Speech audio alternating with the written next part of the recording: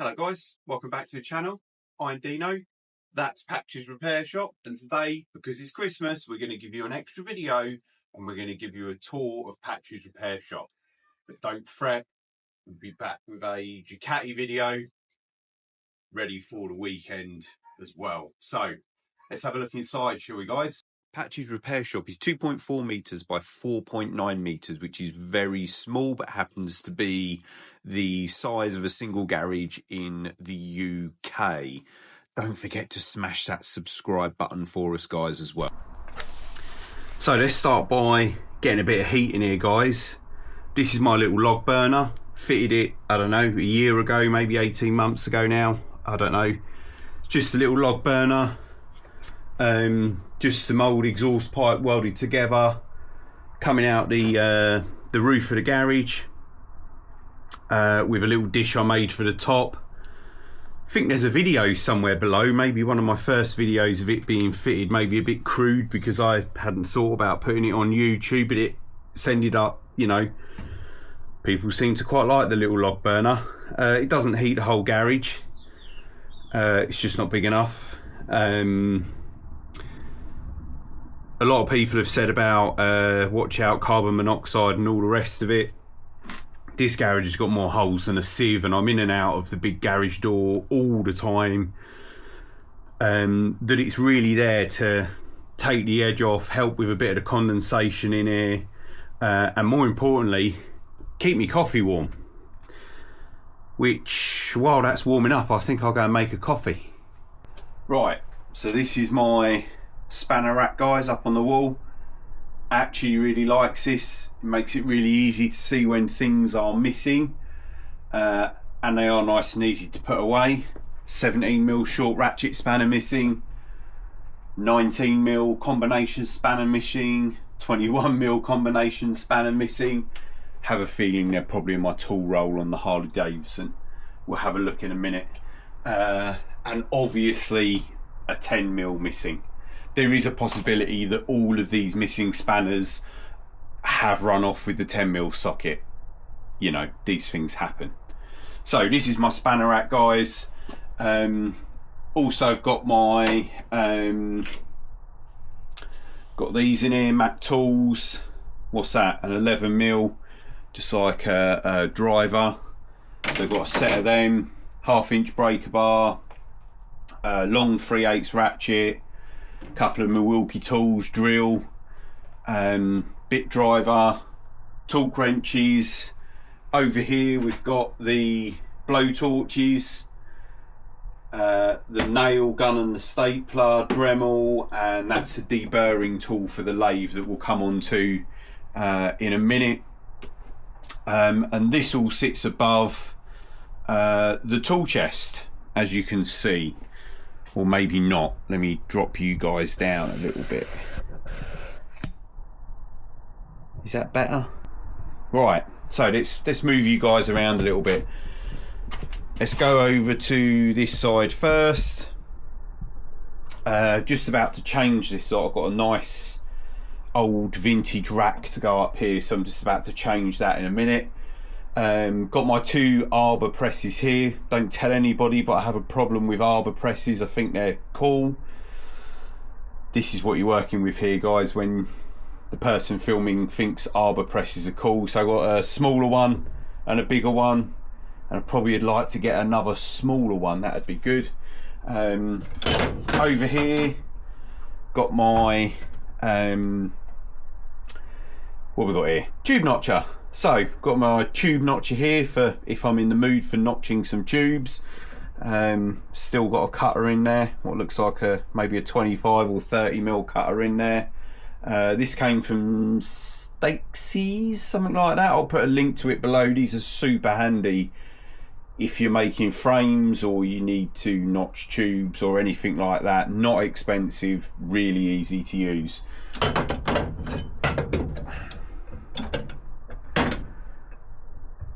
Stay there. There we go. Behind that lot, there's let's lift you guys up a bit. old Smirnoff vodka ice bucket. This is what I like to call the Aldi middle aisle bucket. You know when you get forced to go shopping with the missus, and then actually when you get there in the middle aisle they've got loads of silicone sealant, epoxy resin, all on offer, really cheap. That's the rubbish that I buy in there, and then I dump it straight in there. I always know where it is then. So back down here, tiny little toolbox from SGS. I thought these were really good at the moment. It's got Harley bits and bobs and Triumph bits and bobs from the projects that are going on at the minute in there, just to keep them safe. Couple of little model homemade steam engines here, not made by myself. I just bought them as non-runners, if you like, and got them running. So they just sit there as little ornaments really. And then the actual toolbox itself, let's just angle you guys down a little bit. We got extensions, shorter sockets, and some specialist ratchet spanners in here that go on the end of a lock-in 3/8 extension, if you guys can see that. More sockets down here, plus what's in there? Soldering iron, big Torx bits, quarter drive stuff down here, long Allen key sockets, both rigid and wobbly down there. So all the sockets we need. What's in this one? Mainly specialist tools down here, guys, all filled up, plus the massive scrapers for scraping off cylinder blocks and stuff like that. It all used to be a lot nicer than what it is now, but because I don't do it for a living anymore. Oh, camera's doing a burn. It doesn't like being back at work so soon after Christmas. Ratchets should be in there. They shouldn't be in there, so they can come out now. Let's throw those on there. So ratchets in there. There's a couple missing. Let's go and get them. So, half-inch ratchet should be in there. 3/8 ratchet should be in there, and the 3/8 battery ratchet should be in there. So that's them away. Couple of drawers of really unorganised pliers, cutters, crimping tools, circlip pliers, wire strippers. What's that? Oh, CV boot clip tools. Locking wire pliers, plug lead pliers. What have we got in here? That's VWT5 5-cylinder engine locking set for the engine with the gear driven valve train. Swan neck spanners. God, a lot of this stuff don't get used anymore. What's that? Polo locking tools, Volkswagen Polo timing locking tools by the looks of it. More specialist tools around there. Looks like something's missing. Dial indicating torque wrench, so another torque wrench there. Bit of an old school one, 3/8 drive.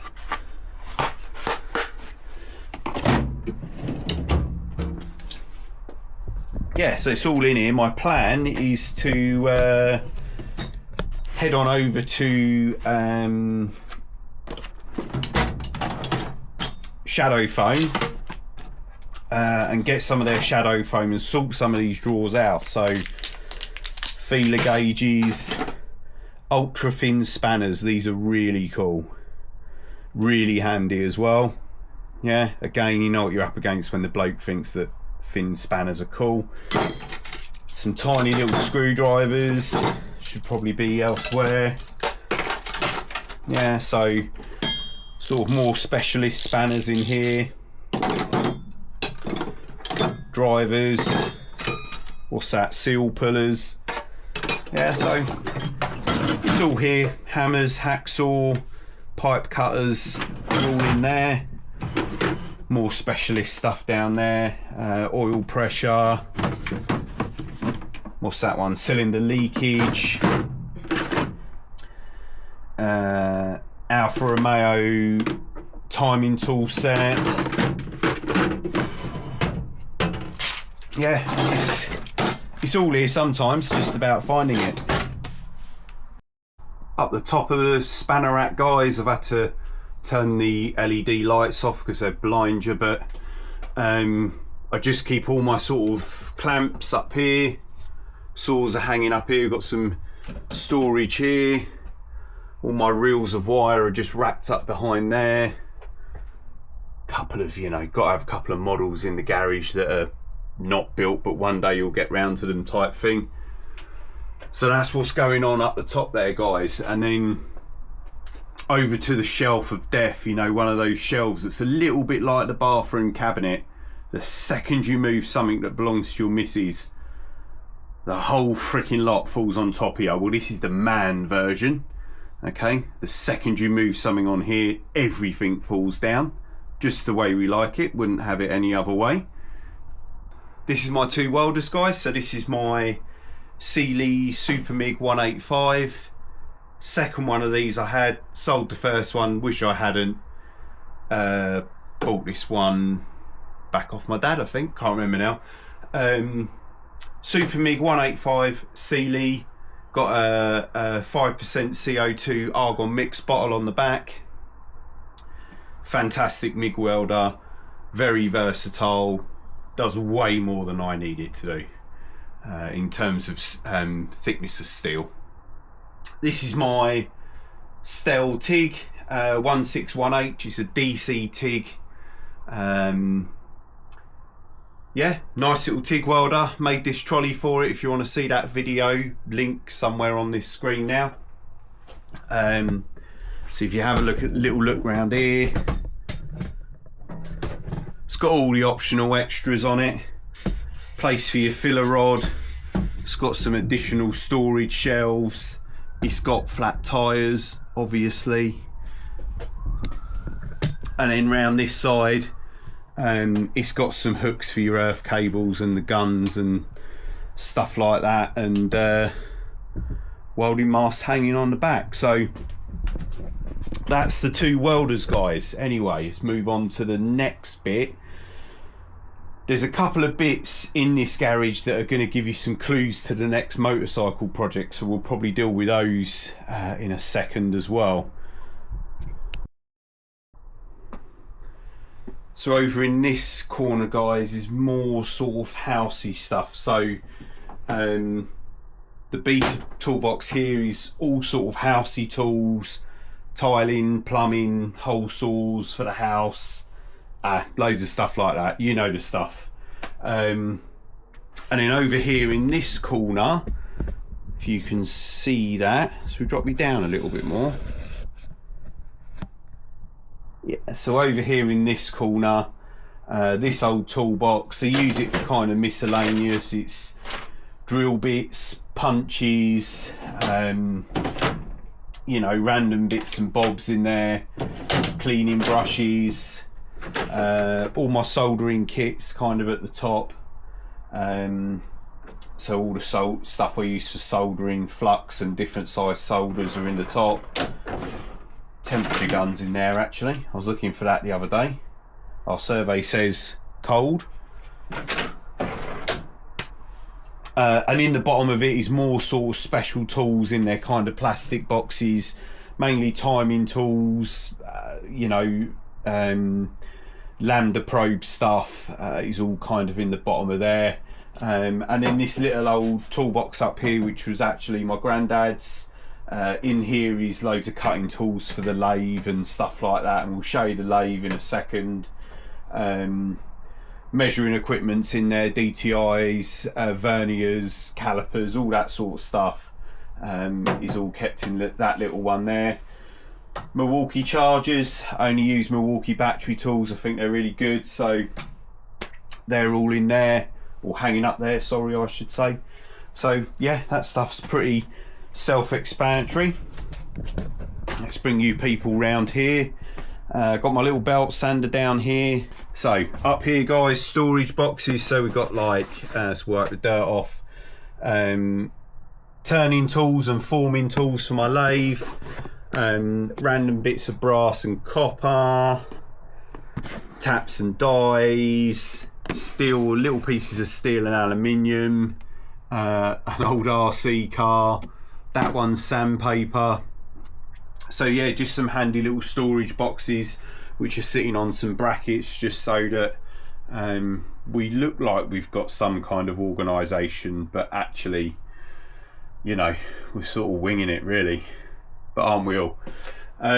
Up here guys, we've got some more storage up in the ceiling, so mainly fixings, electrical connectors, riv nuts, O-rings, got a couple of boxes of really big drill bits up there, and old number plates of probably all bikes that I've owned over the years, to be honest with you. That was a VFR 400. Ooh, I can't remember what that one was, maybe a Kawasaki. As you can see, I like my little sort of plates everywhere. That makes it feel a little bit more homely. That's Mark 1 Fiesta I built with a 1700 crossflow. Yeah, just bits and bobs over in this corner really, guys. This is my Boxford CUD lathe. It's been converted to single phase, so it's got a single phase motor, quick release tool post. Completely inadequate for a garage of this size, but I love it. Paid absolutely peanuts for it. I know all the purists are going to say it's but far from perfect, and it is far from perfect, and I'm not an expert in how to look after a lathe, but it does everything I want it to do. It's real good fun. Can't wait to teach my son a few bits and bobs with this lathe, so this is definitely staying. Up the top here, got the lamp on. Let's just turn that off, might be a bit easier for us to see. So at the top here is mainly lathe stuff, so goggles, oils, sort of different types of set squares and angles, some more gearing for the lathe to change the speed, again some more number plates. That might have been an old Motor Guzzi V35 I had. That's my Mark 1 Fiesta that I used to have. Grease gun. Got to have, you know, clock that doesn't work, haven't you? We got some fixing tools up here, which get out of the way, lamp. So we've got some fixing tools up here, which are for the milling machine, which I'll show you in a minute. Got some magnetic welding clamps, DTI gauge clamps. The funnels generally hang up here. Another little set of spanners up there, really small 4mm to 11mm short spanners up there. Keep my rulers in there as well, actually, seem to be easy to find. Tried to change all my plug sockets to make sure they got USBs in as well. Makes life a little bit easier. Everything seems to run off of USBs these days. So yeah, that's the lathe, guys. Let's turn around and have a look at the other side of the workshop. These bits, guys, are actually for a project we got coming up in the future. So this is a BMW R100 engine, 2-cylinder boxer, opposing twin, okay, plus the gearbox to go with it. It's going to have GSXR 1000 forks, which is there. You know, I've got the rest of the stuff. It's up in the loft though, so frame, hubs for spoked wheels, rims, tank, and all of these bits I've been collecting for quite some time now, actually. So we'll be starting that series on the channel, guys. So if that's your type of thing, because that's what we're doing here, we're doing motorbikes, so if that's your type of thing, guys, hit subscribe. And this project will be coming in the future, and it needs everything. So engine rebuild, gearbox rebuild, fork rebuild, and the bike needs building from the ground up. There's no loom, so that needs building. The wheels will need lacing up. So loads of cool stuff's coming, guys. So smash that subscribe button if that's what you are into. Get your words out, Dino. So the last sort of area I got to show you guys is my workbench, which needs a real good clean. Got my angle grinders and discs on this rack up here. Got to have Homer Simpson looking over your shoulder. It's obligatory. Got some Imperial sockets on a tray there that I need to find a home for, so they're on the bench at a minute. Got some sort of stock, some brass and some stainless that I use in the lathe, just sitting up there. Bit of storage up here. This is like SDS drills, cutters, sanders, planers. Chris, you can have your planer back, mate, whenever you want it. Ratchet straps, extension leads, tile cutters. That's like more housey stuff in there, so it kind of gets it out of the way.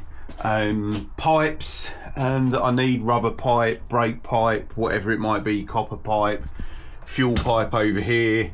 We kind of got hanging up from the ceiling. This area, we got the digital readout for my RF30 milling machine, which is just here. Okay, again, super cheap, couldn't turn it down. It's a bit battered, but it does what I need it to do. It's got a motorized bed, digital readout, as I just said. This was a 3-phase, so I've just wired in a inverter here so it can be plugged into the 240 mains, and it, you know, again works a treat. So that's all good. That's on a stand with a couple of drawers for more storage as well. That's it from me, guys. Thanks for having a look around my workshop with me. It's small, but it does the job. Where have I heard that before?